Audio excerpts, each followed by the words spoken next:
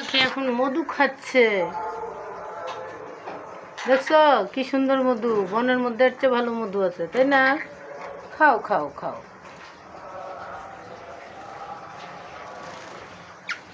লারিক পাখি, তুমি মধু খাচ্ছ?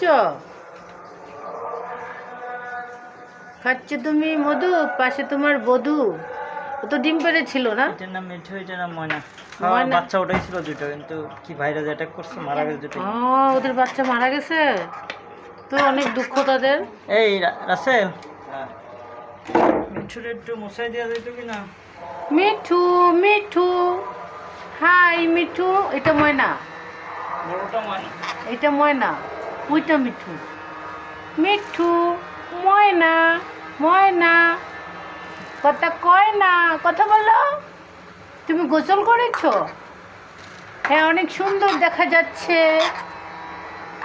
আচ্ছা ঠিক আছে, ভালো থেকো, টাটা, বাই বাই।